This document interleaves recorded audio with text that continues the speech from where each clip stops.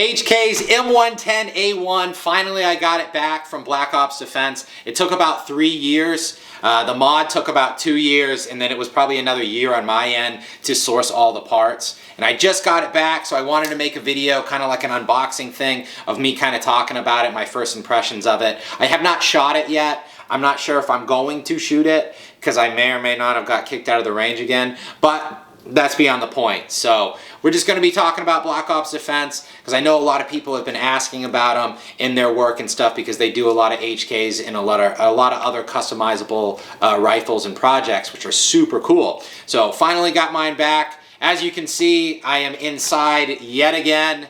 The Northeast, that's where I derived from. It's good for about 4 things: unpredictable weather, taxes, communism, and being gay. So it's crappy out, it's snowing, it's all sorts of stuff. So inside, hopefully we can go back out and make some videos outside here soon, but we are confined to my dungeon at the moment. But we got a fire, so I can't really complain. But I digress. We're just going to talk about the M110a1 and kind of the first impressions of it, because it is a super cool rifle. This thing, I would probably say, was the military industrial complex to a T. So this thing was originally intended to replace the M110 by Knight's Armament. The military was looking, I think it was like 2012, the military was looking for a rifle to replace the M110 by Knight's Armament. They said that they were looking for something that didn't stick out like a sniper rifle. So whatever that meant. As you guys know, the M110 is very, very long, especially with that long suppressor and stuff like that. So they were trying to maybe make it a little more compact. So the M110 is the SAS, which is a semi-automatic sniper system. This was going to be the M110a1 CSAS, which is compact semi-automatic sniper system. A lot of acronyms here. So the M110a1 was derived off of the 417 in the G36. So that was where this thing was kind of the foundation of it. So that was kind of the history of it. The military got like I think all said and done, I was reading like the whole deal was like 75 million or something like that. I don't think it's going to replace the M110, especially because the new mods and stuff are coming out for that. And I think that this was probably the weirdest rifle the military bought. I don't think we will see this for a while, but that was the original plan of the M110a1. So they scrapped the CSAS project, and then they went to the SDMR, which is the squad designated marksman rifle, and then that's where, you know, you're seeing it being fielded with the military and stuff like that as more of a DMR style role. And then it's kind of interesting because we will see what happens when the new SIG Spear comes out. That's replacing the M4 and stuff like that with that 6.8 by 55 round. That kind of makes everybody a designated marksman with that platform. So I really don't know what's going to happen with the M110a1. I do believe that it was just the military industrial complex and the army and the military just blowing money. And I thought that maybe they had some good ideas for it, but it just didn't really last. So we'll see. I know I've talked to a lot of people that have used this in theater, deployed, carried it around and stuff, and they did not like it. I did have one guy that he said something pretty interesting. He said, I did like the M110a1 because it gave me a lot farther range. I think the max effective range for this rifle is, I think, 800 meters. So that's what, like 875 yards. So it does give you a lot more lethal range to send the enemy straight into eternity over the M4 and stuff like that. But I digress. That was just kind of a little history on the M110a1 that I know of. So we will see, the future will tell. But just going kind of nut to butt right now, it is using the OSS suppressor, and I do have the suppressor with the brake. It's not on right now, I'm going to have to add it. But this, again, this was just kind of the unboxing of it. That's what I sent it out with. I was using the Banish 30, and I'm going to swap it out and use the OSS on it. You guys seen me shoot the OSS on my Scar and on the Spear, so that's kind of the suppressor that I've been using on those rifles. But so the OSS, I do really like the OSS suppressor. I think it's a pretty cool suppressor, but that's the one that they are using on the M110A1. The Geissele M-LOK rail is super slick. I love the M-LOK style rail. I think that is the future, and I think you're going to see a lot of people going to that style of rail over the quad rail.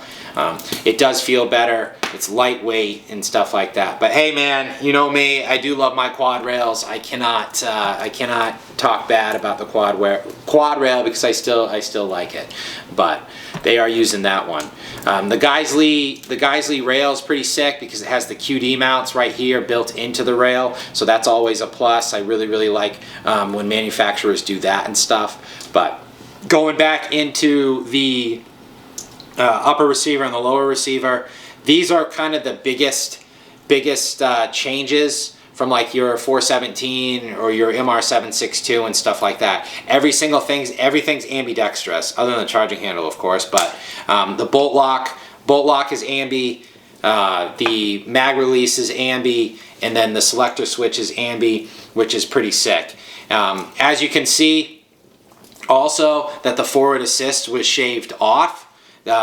So this is what I was told. I don't really know the truth behind this, but because this thing was built off of the 417, which the 417 did have a forward assist, I think it was to save weight. I was told it was to save weight, and the military was just like, "Yeah, we don't want that." Why? I don't know. So they had it. So the upper receivers were just a mold from the 417, and they had to shave off all of the forward assists. So that's what I was told. I don't know the actual truth behind it, but the military's contract required no forward assist. The M110 by Knight's Armament has no forward assist, nor does this one. People say I don't really use the forward assist, yada yada yada. One person that will tell you that the forward assist is important is Kyle Rittenhouse.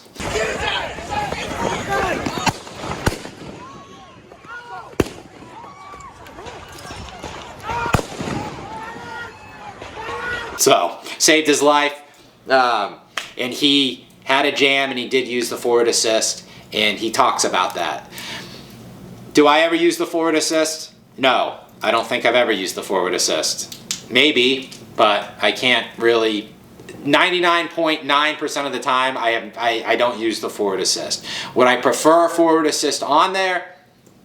Probably. I think that it's just another feature to help you out if you do get into a jam. But technology is advancing from, you know, your old school Vietnam M16s and stuff like that, where that forward assist derived from. So I don't really know. I'm not really sure. I've never used it. The military says we don't need that. You don't use it. Yada yada yada. So they shaved them. No clue why. But for people that don't know, that forward assist, I'm gonna actually, I know people are gonna put it in the comment section. Well, it's for this, it's for that.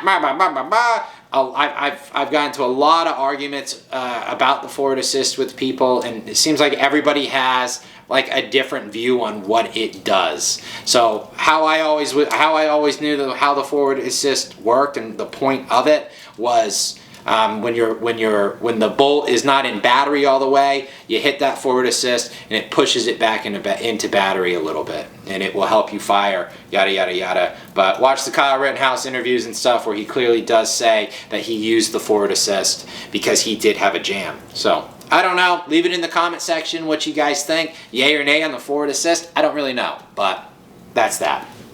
So going back into the stock, the M110A1 was using just kind of that like fixed stock. It's the MR762 looking stock, no cheek rise, no nothing like that. I went with the bigger one, the more upgraded one, and this thing is super sick. So if you see it, where the cheek rise is, the cheek rise pad here, or the adjustment or whatever, it doesn't move, which is kind of cool. So you have the same cheek rise height, even with when you're adjusting the length of pull, which is super cool. I've never seen that, and I thought that was a super cool design.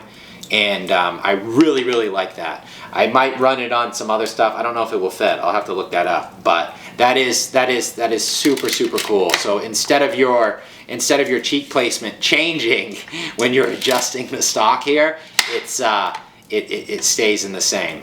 But so I thought that was super, super cool.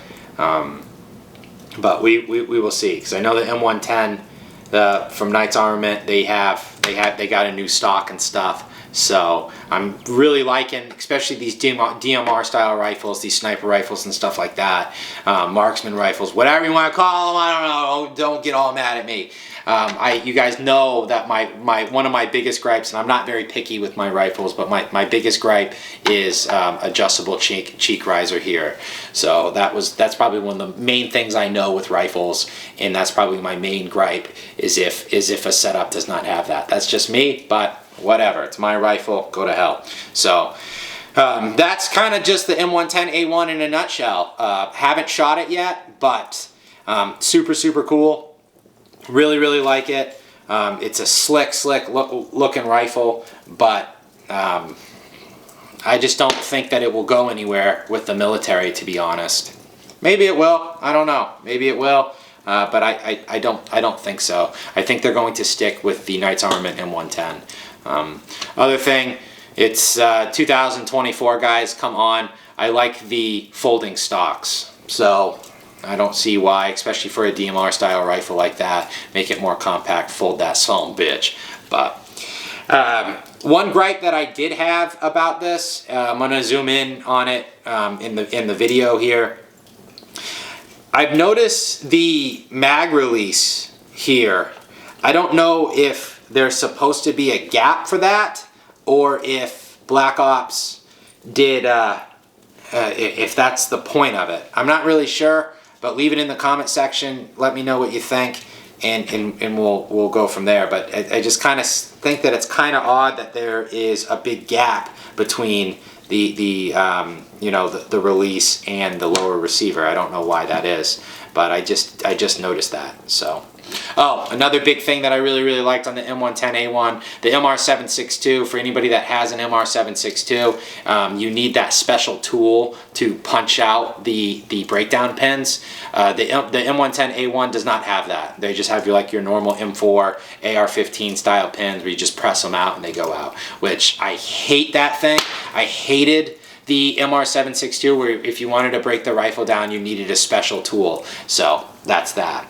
But M110a1 does not have that, so we'll chalk that as a plus. But I love the MR762s. I probably want to get another one. Some new ones are coming out that I think the mold from here on out will be everything's ambidextrous, which is awesome.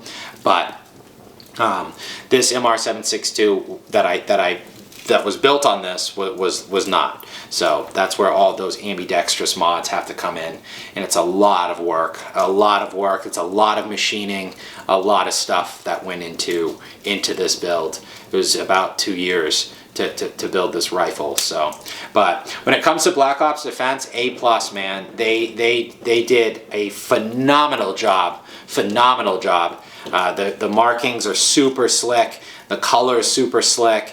You can't even tell that the forward assist was there. They hit it really, really well, which is awesome. And, the markings are phenomenal, man. 10 out of 10 on Black Ops Defense's work. I highly, highly recommend if anybody wants to use them.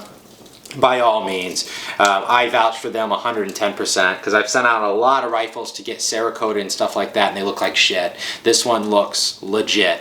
It looks really, really, really good and really, really clean. So that's really about it. If I didn't get kicked out of the range yet again, we'll maybe go out and shoot it. I don't really know what I'm going to do with this thing. Right now I put it up on Gunbroker. I just have so many rifles, I just don't really have any intention of shooting it, to be honest. But, I mean, whatever. Maybe we will go shoot it, maybe we won't, but it's on Gunbroker, so go buy it. And then we'll go buy something else. But it is an expensive rifle, so you better have deep pockets. And I swear if you message me $4,000? $4,000? That's all it's worth. No, it's not. But anywho, I digress. Thank you guys again for watching. I really appreciate it.